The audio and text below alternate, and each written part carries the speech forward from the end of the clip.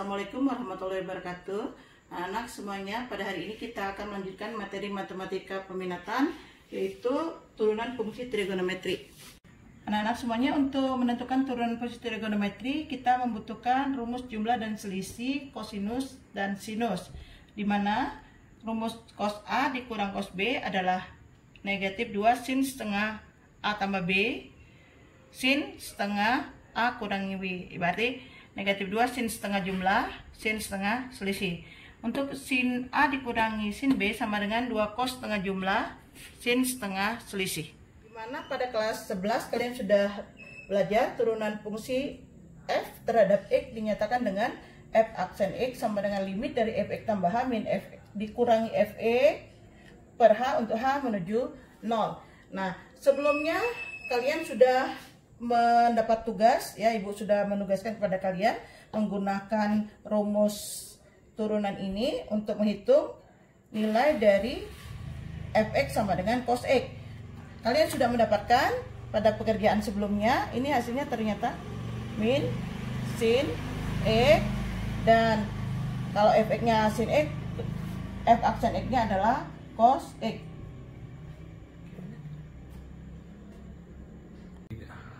Jadi sebelumnya kalian sudah mendapatkan turunan dari cos x dan turunan dari sin x. Sekarang bagaimana kalau turunan dari fungsi fx sama dengan 2 sin x? Masih kita pakai rumus turunannya. Fx tambahannya berarti tinggal kita ganti x-nya 2 sin x ditambah h. Sama dengan ini kita ganti. Jadi limit 2 sin x tambah h dikurangi fx-nya 2 sin x dibagi h untuk h mendekati 0 sama dengan limit dari 2, ini kita keluarkan 2-nya sin x tambah h dikurangi 2-nya sudah di depan sin x, ya, dibagi h untuk h mendekati 0 menurut sifat dan limit bisa 2-nya ke depan. Nah, ini pakai sin A dikurang sin B. Sin A dikurang sin B tadi 2 cos setengah jumlah sin setengah selisih. Jadi 2 cos setengah jumlah. Jumlahkan ini x tambah h ditambah x. Berarti 2x ditambah h dikali setengah. Ya, atau kita tulis dulu 2x ditambah h, ya. Kemudian sin setengah selisih. Sin setengah selisih x tambah h dikurangi x. Jadi h, ya, x ditambah h dikurangi x jadinya h dibagi h untuk h mendekati 0, ya. 2-nya boleh kita gabung ke sini jadi 4, limit dari cos kita kalikan ke dalam ini setengah kali 2x, setengah kali h setengah h, ya, sin setengah h per ini h, ya. Kalau mau jadi 1 berarti ini harus setengah h. Nah, sekarang tadi ini kan 1, di sini setengah. Bagaimana supaya tetap 1 hasilnya? Jadi harus dikali, atasnya sudah sama, bawahnya penyebutnya kita kali dengan 2. Kenapa kali 2? Karena ini tadi 1h, di sini kita tulis setengah, berarti supaya jadi 1 dikali 2.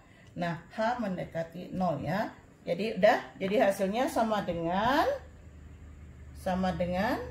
nah, kita hapus dulu aja ini kesimpulannya nanti, ya. Nah, sama dengan kesini aja, sama dengan 4 kali cos x dikali 1 dikali setengah, jadi 2 cos x. Jadi bisa disimpulkan apabila fx sama dengan 2 sin x berarti turunannya adalah 2 cos x. Nah, jadi 2-nya tetap, ya.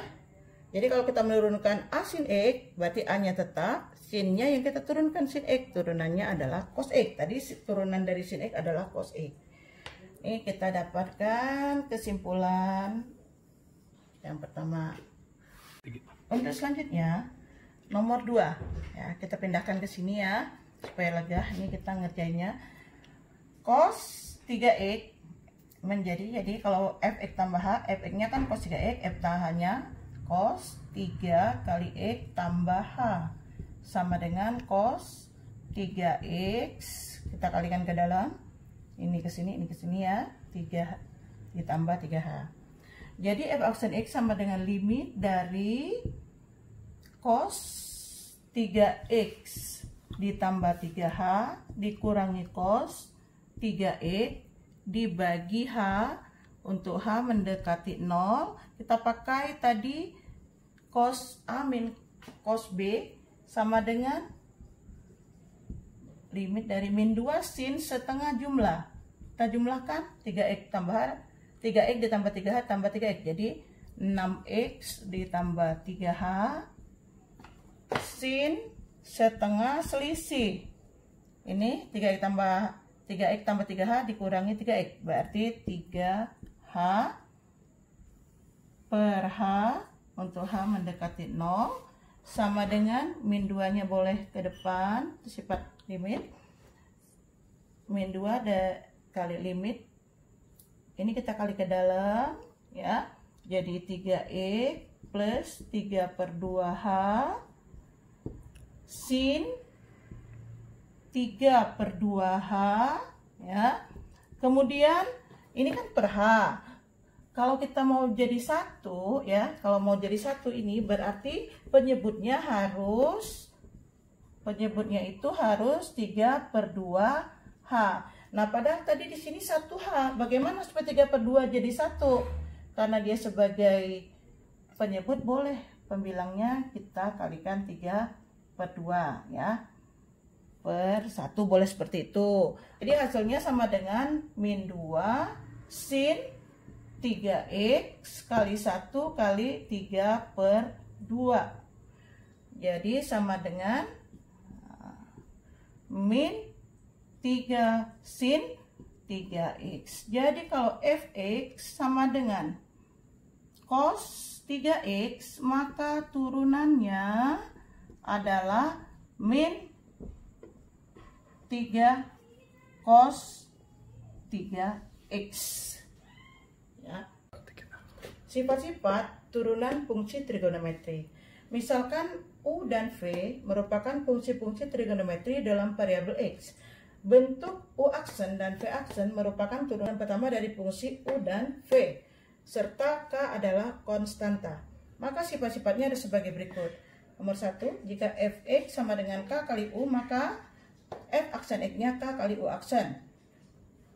Jadi contohnya seperti tadi, jika fx sama dengan 2 sin x, maka turunannya berarti k-nya adalah 2. Turunannya adalah k 2 dikali turunan dari sin adalah cos, jadi 2 cos x. Nomor 2, fx sama dengan u ditambah atau dikurang v, maka turunannya adalah v aksen. F aksennya adalah u aksen ditambah atau dikurang v aksen. 3, jika fx sama dengan u kali v, maka turunannya f aksen x-nya adalah u aksen v ditambah u v aksen.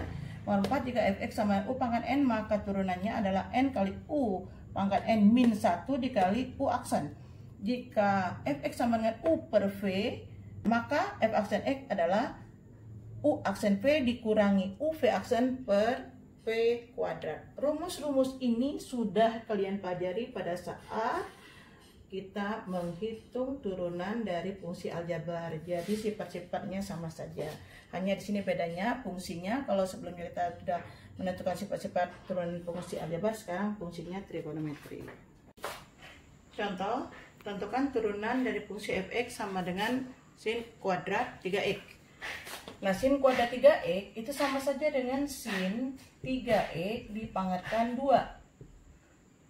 Maka turunannya sama seperti kita menghitung aljabar, fungsi aljabar ya. Kalau ada bentuk seperti ini pangkat, maka kita turunkan pangkatnya dulu. Kemudian fungsinya kita tulis lagi. Pangkatnya tadi kan 2 ya, 2 kurang 1. Terakhir baru turunan dari sin 3x. 3 cos 3x. Jadi f aksen x sama dengan 3 kali 2 sin 3x cos 3x. Jadi f aksen x sama dengan 3 kali ini Rumus sudut lengkap, sin 2A sama dengan 2 sin A cos A. 2 sin A cos A. Jadi A-nya adalah 3X. Berarti ini sama dengan sin 2 dikali 3X. Jadi turunan dari sin kuadrat 3X adalah 3 sin 6X. Sekarang contoh yang kedua, tentukan nilai limit fungsi trigonometri dari limit cos 2x per cos x dikurangi sin x untuk x mendekati pi per 4. Kalau kita substitusi pi per 4 nya, maka terjadilah cos pi per 4 itu berapa? 45 derajat ya. 2 kali 45 derajat berarti cos 90 derajat. Cos 90 derajat itu adalah 0. Nah, cos 45 derajat dengan sin 45 derajat itu sama setengah akar 2. Jadi kalau kita kurangi kan jadi 0. Jadi ini bentuknya 0 per 0. Waktu kita menghitung nilai limit fungsi aljabar ya, bisa menggunakan turunan. Kalau bentuknya bentuk tak tentu 0 per 0. Nah, demikian juga ini bisa kita gunakan turunan. Caranya kita hitung turunan pertamanya. Kalau setelah kita hitung turunan pertama masih juga bentuknya 0 per 0, berarti kita harus menghitung turunan lagi selanjutnya, turunan kedua ya. Nah, sekarang kita coba. Turunan pertama dari cos 2x. Jadi turunannya adalah tadi sudah kita hitung ya, min 2 sin 2x per turunan dari cos adalah negatif sin x, turunan dari sin adalah cos x. Sekarang kita bagi yang negatifnya kita bagi, jadi hasilnya sama dengan limit dari 2 sin 2x dibagi sin x ditambah cos x. X menuju pi per 4. Jadi hasilnya sama dengan 2 sin 2 kali pi per 4 per sin pi per 4 ditambah cos pi per 4. Nah, ini sudah tidak 0 per 0 ya. Jadi hasilnya sama dengan 2 kali sin 90 derajat. Berapa? Sin 90 adalah 1. Kemudian sin 45 derajat setengah akar 2. Cos 45 derajat juga setengah akar 2. Ya, dari mana 45 derajat itu? Pi per 4 itu berarti 140 derajat dibagi 4 ya. Jadi sama dengan 2 per setengah akar 2 tambah setengah akar 2 jadi akar 2. Kalau kita rasionalkan jadinya akar 2. Ini kalau kita pakai turunan. Untuk selanjutnya kalian kerjakan latihan soalnya, nanti ibu kirim di classroom. Apabila ada apa yang ibu jelaskan tadi kurang kalian mengerti, boleh ditanyakan. Demikian yang kita pelajari hari ini. Terima kasih. Assalamualaikum warahmatullahi wabarakatuh.